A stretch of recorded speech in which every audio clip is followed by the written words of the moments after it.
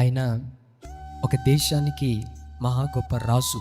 తన తర్వాత ఆ దేశాన్ని ఎవరు రాజుగా పరిపాలన చేయాలా, ఈ దేశంలో నా తర్వాత ఎవరు నమ్మకమైన వారా అని రాజు పోటీ పెట్టాడు. మొత్తానికి కొన్ని వేల మంది ప్రజలు వచ్చారు. రాజు మాట్లాడుతూ అన్నారు, నేను మీలో ఎవరు నమ్మకస్తులో తెలుసుకోవాలనుకుంటున్నాను.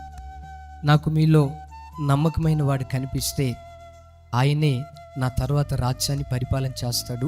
నా కూతుర్ని ఆ వ్యక్తికి ఇచ్చి నేను వివాహం చేస్తాను, నమ్మకమైన వాడైతే అని చెప్పాడు. ఆ 1000 మందిలో చివరికి 9 మిగిలారు. ఆ 9 రాజు తన దగ్గరికి తీసుకొని కొన్ని విత్తనాలు ఇచ్చాడంట, కొన్ని ధాన్యాలు ఇచ్చాడంట.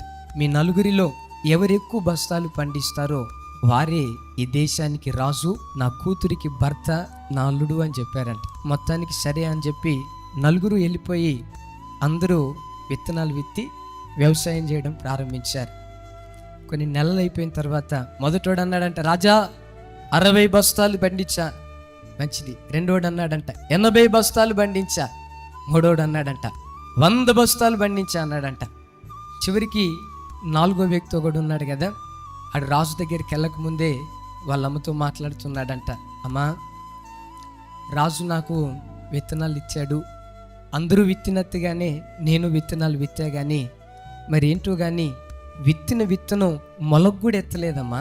ఆ తల్లి చెప్పిందంట, నాయనా నువ్వేం బాధపడకురా, తప్పకుండా దేవుడు నిన్ను గెలిపిస్తాడు. ఎట్లా గెలిపిస్తాడమ్మా, విత్తిన విత్తనం మొలకు కూడా ఎత్తలేదు, నేను ఎట్లా గెలుస్తాను అన్నాడంట.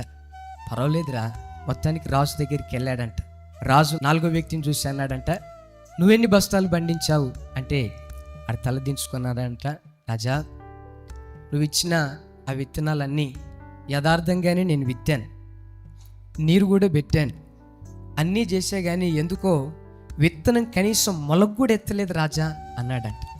నేను ఈ రాజ్యాన్ని పరిపాలన చేయడానికి రాజుగా నేను తగినవాడిని కాదు, మీ కూతురికి భర్తగా మీ అల్లుడిగా ఉండడానికి తగినోని కాని రాజా అని రాజుకు దండం పెట్టి నెమ్మదిగా వెళ్తా ఉంటే రాజు పిలిచాడంట. ఏంటి రాజా అంటే రాజు అన్నాడంట, నీలాంటి నమ్మకమైన వాడే ఈ దేశాన్ని పరిపాలించాలి అన్నాడంట. 4కి ఏం అర్థం కాలేదు. నేనెక్కడ నమ్మకమైనోని రాజా? రాజు అన్నాడంట, ఒరే నేను ఉడకబెట్టిన విత్తనాలు ఇచ్చా, ఆ విత్తనాలు మొలకెత్తుతాయా? ఆడున్నాడు చూసావా 60 అన్నాడు. ఎందుకో నేను రాజుని కావాలి, నేను రాజు కల్లుని కావాలని చెప్పి. వాళ్ళలో నమ్మకత్వం లేదురా, అసలు సిసలైన నమ్మకమైన వాడివి నీవే అన్నాడంట.